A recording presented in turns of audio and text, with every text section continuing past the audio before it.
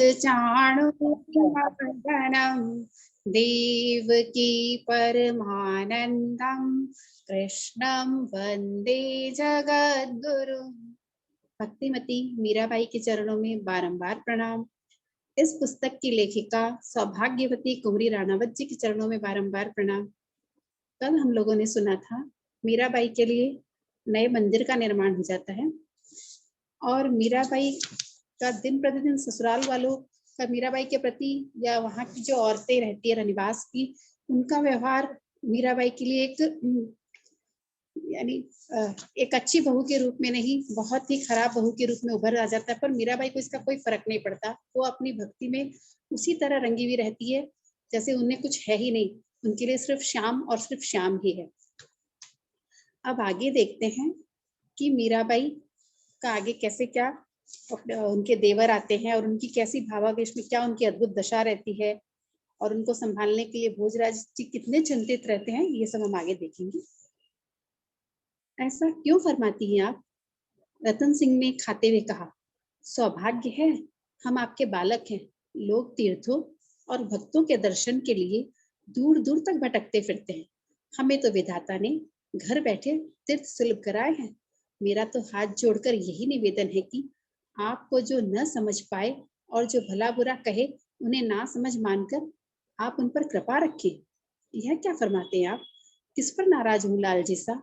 अपने ही दांतों से जीभ कट जाए तो क्या हम दांतों को तोड़ देते हैं? सृष्टि के सभी जन मेरे प्रभु के सृजाए हुए ही तो है। इनमें किसको बुरा कहूँ? एक बात पूछूं भाभी सा हुकुम फरमाओ। उस दिन आपने बाबूजी हुकुम को अर्ज किया कि समस्त दृश्य जगत ईश्वर ही बना है, वही दृश्य और दृष्टा है। फिर आप गिरधर गोपाल की मूर्ति के प्रति इतना समर्पित क्यों है? मुझ में, बाबूजी हुकुम में और विरोधियों में भी उतना ही भगवान है जितना उस मूर्ति में। फिर उसका आग्रह क्यों और दूसरों की इतनी उपेक्षा क्यों? संतों के साथ का उत्साह क्यों और दूसरे के साथ का अलगाव भाव क्यों? आखिर मेवाड़ के राजकुमार मतिहीन कैसे होंगे?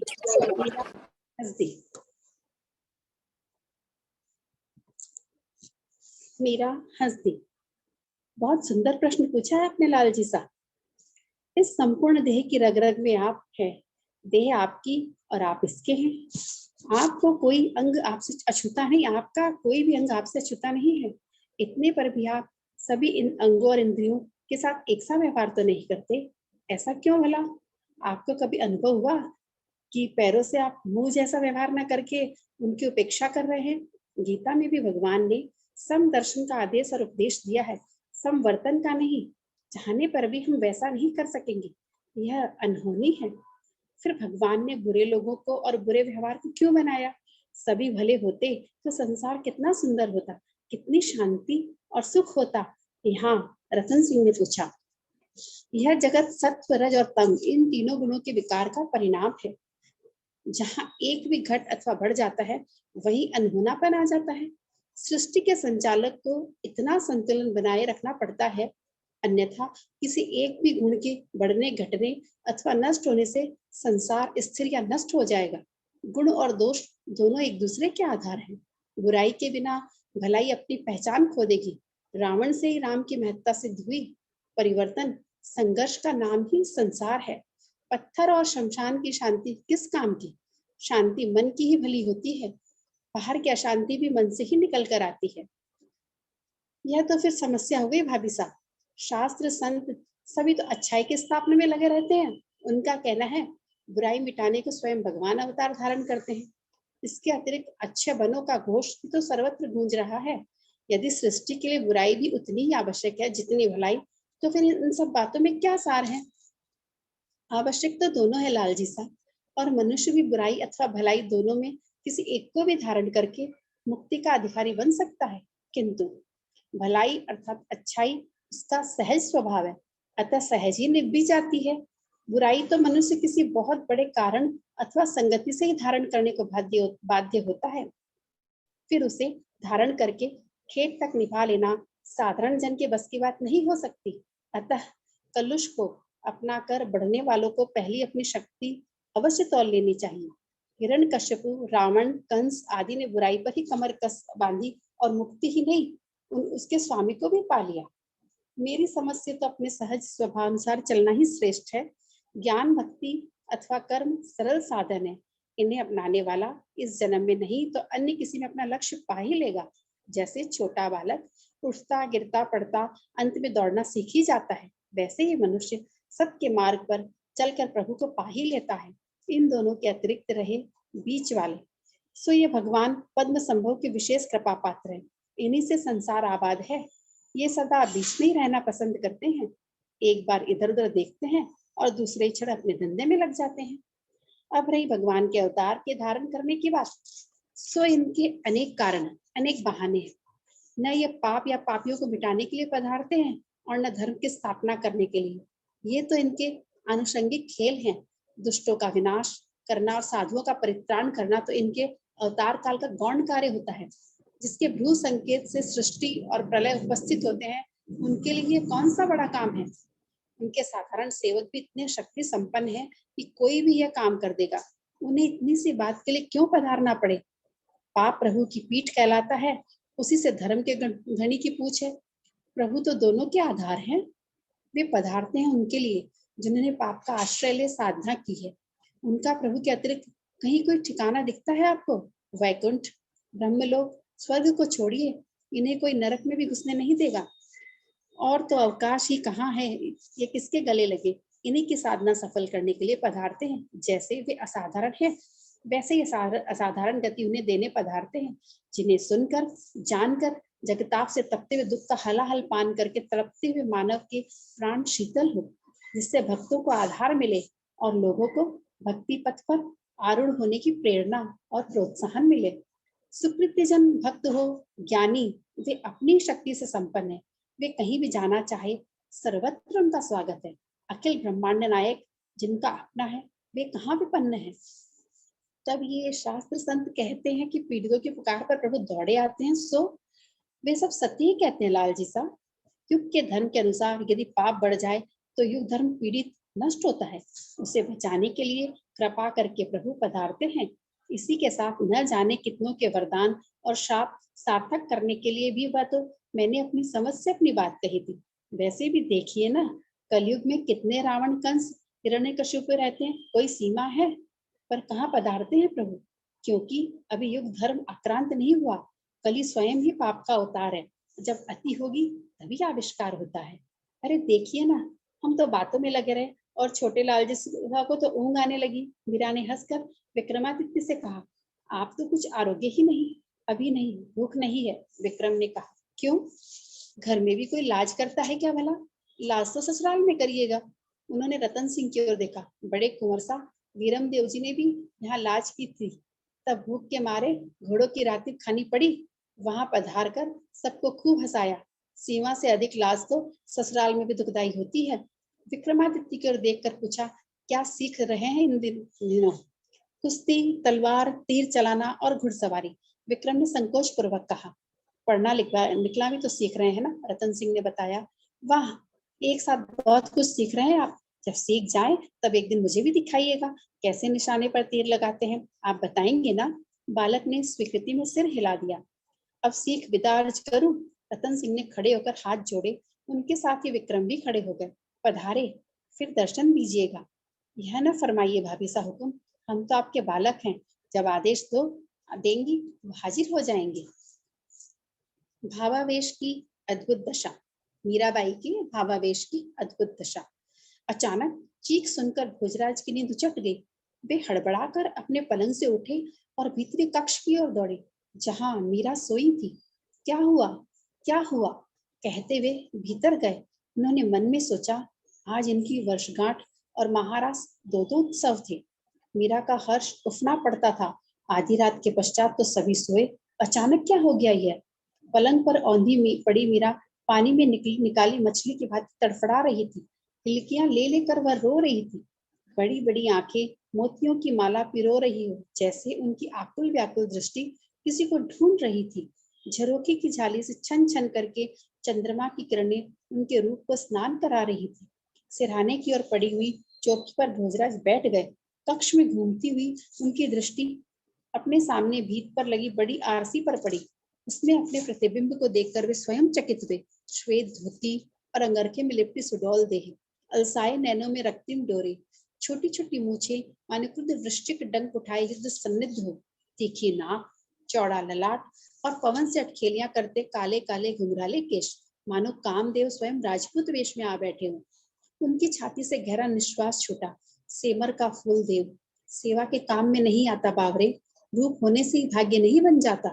मीरा उठकर बैठ गई, एक हाथ पीठ की ओर टेक कर और दूसरा सामने फैलाकर वे रोती हुई गा उठी, पिया कहाँ गयो निहरो लगाए, पिया कहाँ गयो निहरो लगाए, छाड़ी गयो अब कौन बिसासी, प्रेम की बाती बलाय, बिरह समंद में छाड़ी गयो हो, नेह की नाव चलाय, मीरा के प्रभु कबर मिलोगे, मीरा के प्रभु कबर मिलोगे, तुम बिन रहो न जाय, पिया कहाँ गयो नेहड़ो लगाय, पिया कहाँ गयो नेहड़ो लगाय। दोनों हाथों से मुंह ढांपकर वे फपक फपक कर रोने लगी। भोजराज समझ नहीं पाए कि क्या करे और कैसे धीरज बंधाए, क्या कहे। तभी मीरा पुनः गा उठी, प्रणत कामदं पद्मजार्चितं धरणिमण्डनं ध्येयमापदि, इतर रागविस्मारणं नृणां, वितर वीरनस्ते धरामृतम्, पतिसुतान्वय भातृबान्धवान्,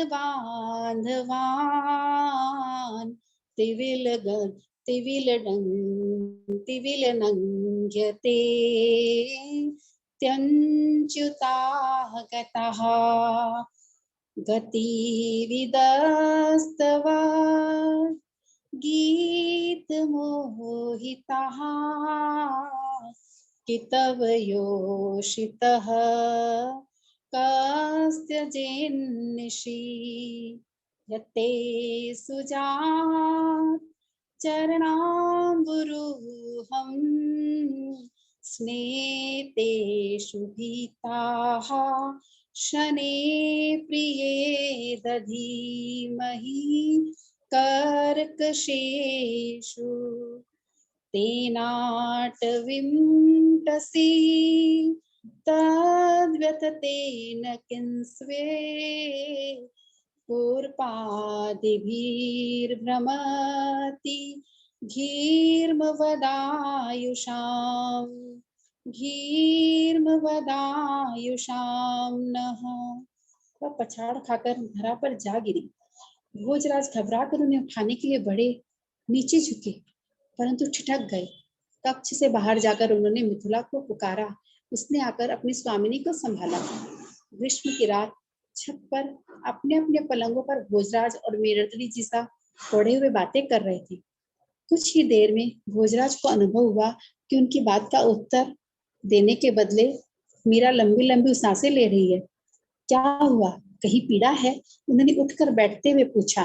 तभी पपीहा बोल उठा, लगा जैसे शोर बारूद में चिंगारी पड़ गई हो। वे उठकर छत की ओट के पास चली गईं, उस पर सिर टिकाते हुए रूंधे गले से कहने लगी, मैं थारो काई बिगाड़े रे पंछीड़ा, क्यों तूने मेरे सिर घाव उगेड़े हैं, क्यों मेरी सोती पीर जगाई। अरे हत्यारे, मेरे पिय दूर है, वे द्वारका पधार गए, इसी से तुझे ऐसा कठोर विनोद सूझा। श्याम सुंदर, मेरे प्राण, देखते हैं आप इस पंछी की हिम्मत। आपसे रहित जानकर ये सभी जैसे पूर्व जन्म का वैर चुकाने को उतावले हो उठे हैं। पधारो पधारो मेरे नाथ, ये शीतल पवन मुझे सुखा देगा, यह चंद्रमा मुझे जला देगा। अब और नहीं, अब और नहीं सहा जाता, नहीं सहा जाता प्रभु।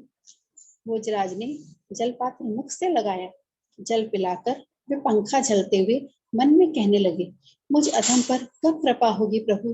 कहते हैं कि भक्त के स्पर्श से ही भक्ति प्रकट हो जाती है, पर भाग्यहीन भोज इससे भी वंचित है। तब तक मीरा अचेत हो गिर पड़ी। उन्होंने मंगला और चंपा को पुकारा। उन्हें आज्ञा दी कि अब से वे अपनी स्वामिनी के समीप ही सोए। संभाल के लिए सचिंत सचेष्ट भोजराज। मीरा की अवस्था कभी 2-2, 3-3 दिन और कभी 8-8 दिन तक भी सामान्य नहीं रहती थी। ये कभी मिलन के हर्ष और कभी विरह के आवेश में जगत और देह की सुध को भूली रहती, कभी खिलखिलाकर हंसती, कभी मान करके बैठी रहती, कभी रोते रोते आंखें सुझा लेती। यदि ऐसे दिनों में भोजराज को चित्तौड़ से बाहर जाने का आदेश मिलता तो उनके प्राणों पर बनाती। वे न टालमटोल करते और न कुछ कहते, किंतु मन में सोचते कि कौन जाने वापस आकर किस अवस्था में देखूंगा। यदि कहीं रण में जाने की आज्ञा होती तो वे फूले न समाते। किसी और का नाम लेने पर वे स्वयं जाने का आग्रह करते। महाराणा उनके उत्साह को देखकर चिंतित हो उठे। क्या बात है कि ये युद्ध के लिए क्यों तावले हो उठते हैं, मानो नया नया जवाई ससुराल जाने की उमंग में रहा हो। मौत के मुंह में छलांग लगाने की यह उत्साह कहीं निराशा ही तो प्रेरित नहीं कर रही। रतन सिंह तो कहता है कि दोनों बहुत बनती है, कहीं कामना तो कुछ भी हो, कैसे भी हो, अग्नि का स्पर्श उसे दागे बिना न रहने देगा। आगरा के समीप सीमा पर भोजराज घायल हो गए। संभवतः शत्रु ने विषभुजी शस्त्र का प्रहार किया था। राज्य वैद्य ने दवा भरकर पट्टियां बांधी, औषधि पिलाई और लेप किए जाने लगे। धीरे धीरे घाव भरने लगा। एक शीत रात्रि कुंवर और कुंवरानी महल में पौड़े हुए थे। घाव में चीस के कारण भोजराज की नींद रह रह के खुल जाती। वे मन ही मन श्री कृष्ण का जप कर रहे थे। हटिए ना, दूर, मैं नहीं बोलूंगी आपसे।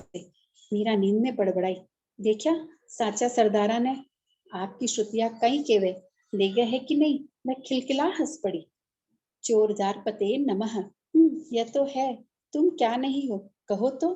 मीरा उठकर बैठ गई, पर जागृत हो ऐसा नहीं लगा। भोजराज भी अपने पलंग पर बैठे बैठे उन्हें देखते रहे। सभी कुछ आप ही तो हैं, फिर भी सबसे न्यार रसो वे सह।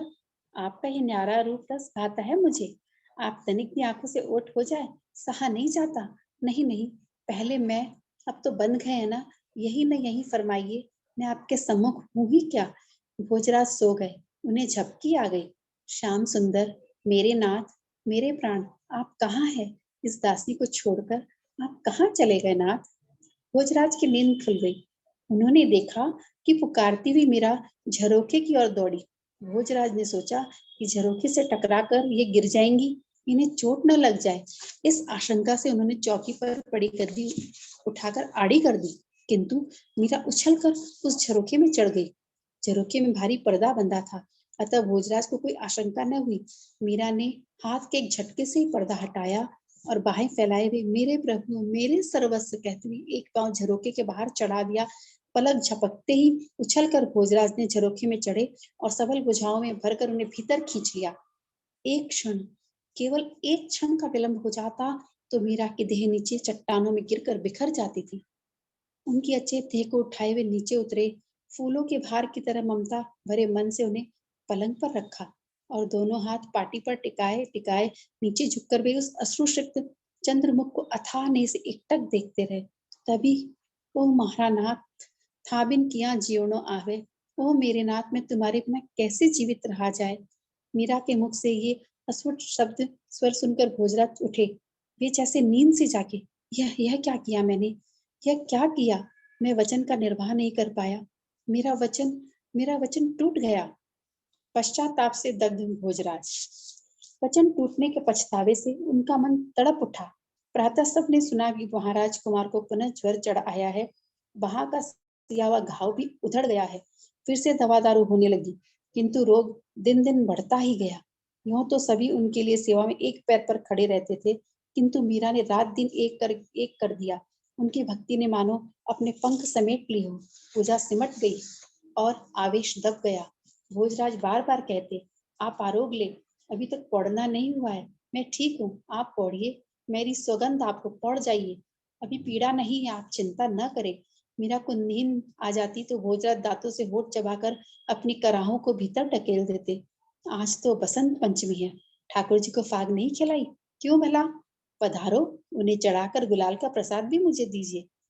एक दो दिन बाद उन्होंने पुनः मीरा से कहा, आज सत्संग क्यों रोक दिया है? यह तो बहुत बुरा हुआ। आप पधारिए, मैं तो ठीक ही हो गया हूँ अब। वे कहते, किंतु आंखों के चारों ओर गड्ढे, काले गड्ढे पड़ गए थे। नाक ऊंची निकल आई थी। नाहर से खाली हाथ लड़ने वाला उनका बलिष्ठ शरीर सूख कर कांटा हो गया था। इतने पर भी वे मुस्कुराते रहते। माँ बाप, भाई बहन और साथियों के नेत्र भर भर आते, किंतु वे हंस देते। आपसे कुछ अर्ज करना चाहता हूँ मैं। एक दिन एकांत में भोजराज ने मीरा से कहा। फरमाइए। समीप की चौकी पर बैठते हुए मीरा ने कहा, मेरा वचन टूट गया, मैं अपराधी हूँ। भोजराज ने अटकती वाणी में नेत्र नीचे किए हुए कहा, दंड जो बख्शे झेलने को प्रस्तुत हूँ।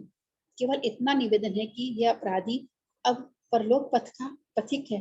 अब समय नहीं रहा पास में। दंड ऐसा हो कि यही भुगता जा सके, अगले जन्म तक का ऋण बाकी न रहे। उन्होंने हाथ जोड़कर सजल नेत्रों से मीरा की ओर देखा। अरे यह क्या? मीरा उनके जुड़े हुए हाथ खोलकर आंसू पोंछ दिए, फिर गंभीर स्वर में बोली, मैं जानती हूँ उस समय तो मैं अचेत थी, किंतु प्रातः साड़ी रक्त से भरी देखी तो समझ गई अवश्य कोई अटक आ पड़ी होगी। इसमें अपराध कैसा हुआ भला? अटक ही आ पड़ी थी। भोजराज बोले, यूं तो आपको झरोखे से नीचे गिरते देखना या वचन तोड़ना इतना समय नहीं था कि दासियों को पुकार कर उठाता। क्यों वचन तोड़ा, इसका तनिक भी परिताप नहीं है, किंतु भोज अंत में छूटा ही रहा। भोजराज का कंठ भर आया।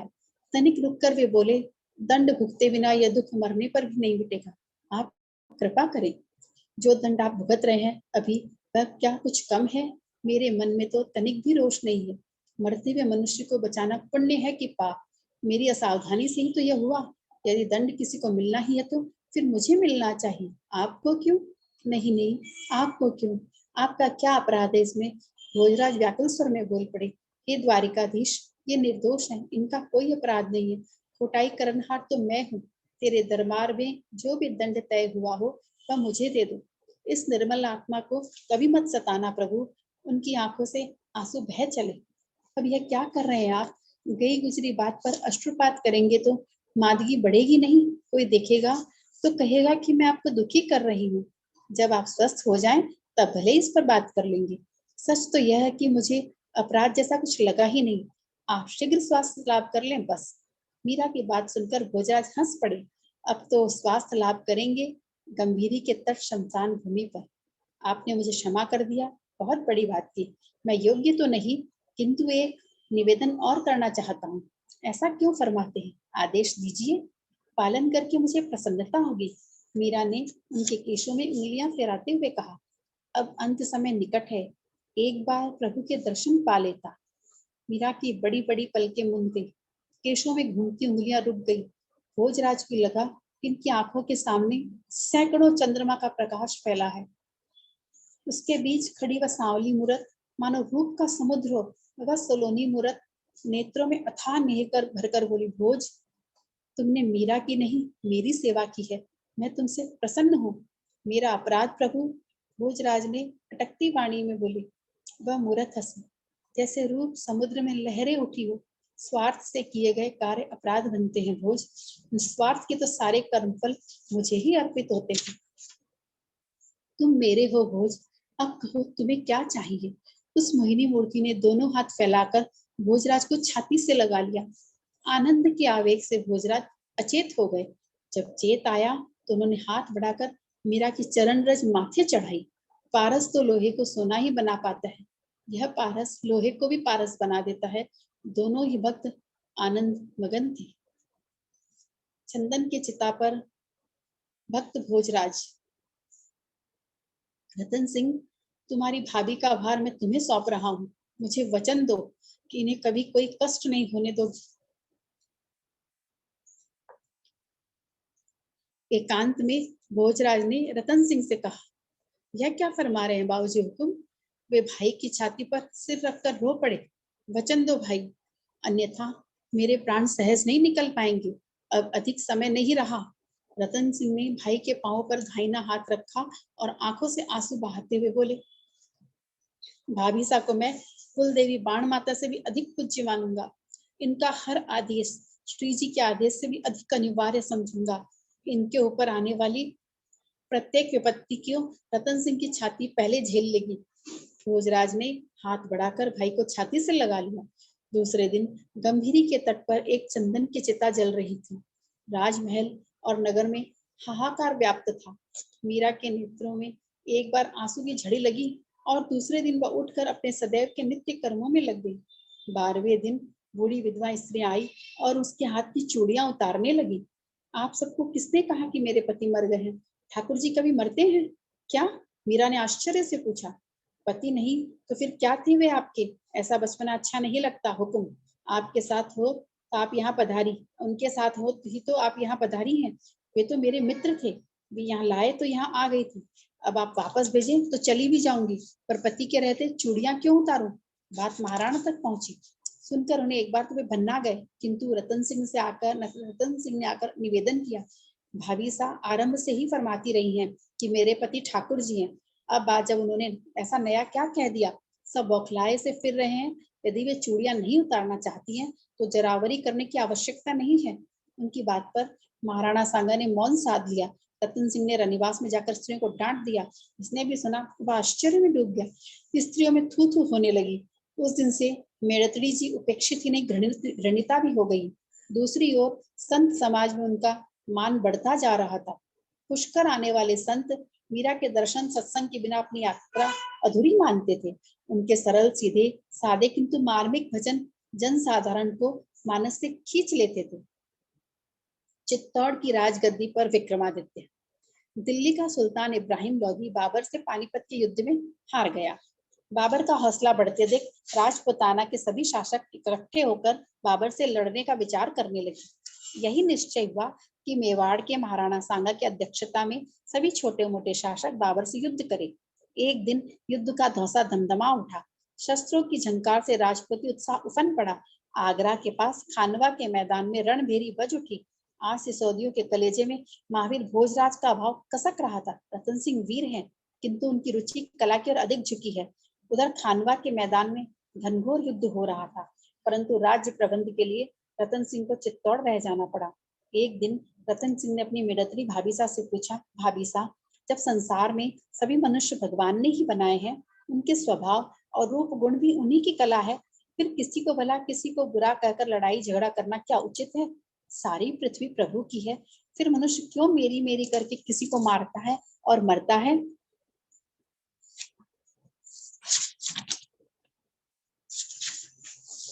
लालजी साहब, जिसने मनुष्य और उनके गुण स्वभाव बनाए हैं, उसी ने कर्तव्य, धर्म और न्याय भी बनाए हैं। इनका सामना करने के लिए उसी ने पाप, अधर्म और अन्याय की रचना भी की है, जिससे संसार एक रस न रहकर पल पल बदलता है। कोई ऊब न उठे, राजा का धर्म है, कोई अन्यायी ऊपर आ पड़े तो उससे प्रजा की और धरा की रक्षा करके युद्ध करने के लिए और उसे राज्य से बाहर ढकेल दे। यदि बाबर न आता तो अन्नदाता हुक्म लड़ने क्यों पधारते? मनुष्य को मारना क्या धर्म है? रतन सिंह ने पूछा। धर्म की गति बड़ी सूक्ष्म है लालजी साहब। बड़े बड़े मनुष्य संशय में पड़ जाते हैं, क्योंकि जो कर्म एक के लिए धर्म की परिधि में आता है, वही कर्म दूसरे के लिए अधर्म के घर में जा बैठता है। यही नहीं, एक मनुष्य के लिए जो कर्म एक समय धर्म है, दूसरे समय वही कर्म उसी मनुष्य के लिए अधर्म हो जाता है। जैसे सन्यासी के लिए भिक्षाटन धर्म है, किंतु गृहस्थ के लिए अधर्म। ब्राह्मण के लिए याचना धर्म हो सकता है, किंतु क्षत्रिय के लिए अधर्म है। जैसे ब्रह्मचारी के लिए स्त्री संग अधर्म है, परंतु वही व्यक्ति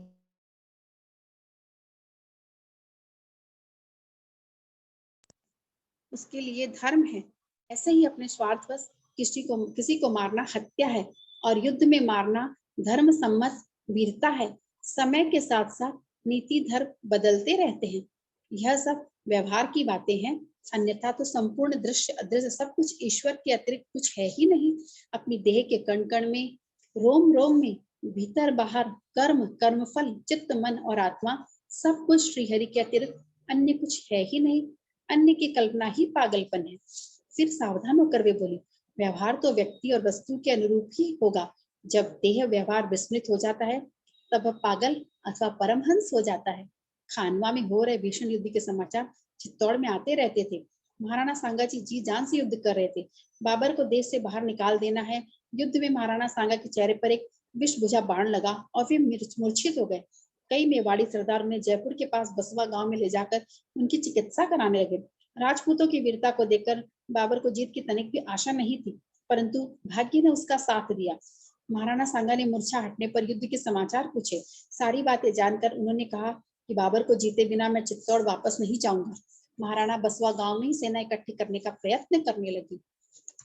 यह देखकर किसी नमक हराम ने उनको विष दे दिया। महाराणा के निधन से सचमुच हिंदुआ सूर्य अस्त हो गया। महाराणा का दाह संस्कार मांडलगढ़ में किया गया।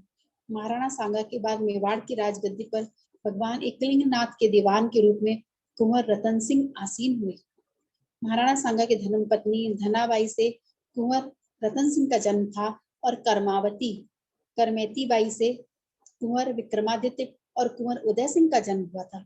हाड़ी रानी करमेती बाई पर महाराणा की विशेष प्रीति थी, इसलिए कुंवर भोजराज की मृत्यु के बाद हाड़ी रानी ने महाराणा से निवेदन करके अपने दोनों पुत्रों के लिए रणथंभौर की जागीर लिखवा ली। अजयगढ़ रणथंभौर चित्तौड़ से अलग रहे। यह कुंवर रतन सिंह को प्रिय नहीं था, परंतु वे पूज्य पिता के समक्ष नतमस्तक थे। मेवाड़ की राजगद्दी पर बैठने के बाद एक और महाराणा रतन सिंह चाह रहे थे कि रणथंभौर चित्तौड़ का ही अंग बना रहे, और उधर सौतेली माँ हाड़ी रानी चाह रही थी कि मेवाड़ की राजगद्दी पर उनका पुत्र कुंवर विक्रमादित्य आसीन हो। यह पारिवारिक वैमनस्य महाराणा रतन सिंह के लिए अकाल काल बन गया। उनके जीवन के लिए प्राण घातक सिद्ध हुआ। महाराणा रतन सिंह का दाह संस्कार पाटन ग्राम में हुआ और महारानी पवार जी सती हो गई। इनकी एक पुत्री थी श्याम कुंवर बाईसा।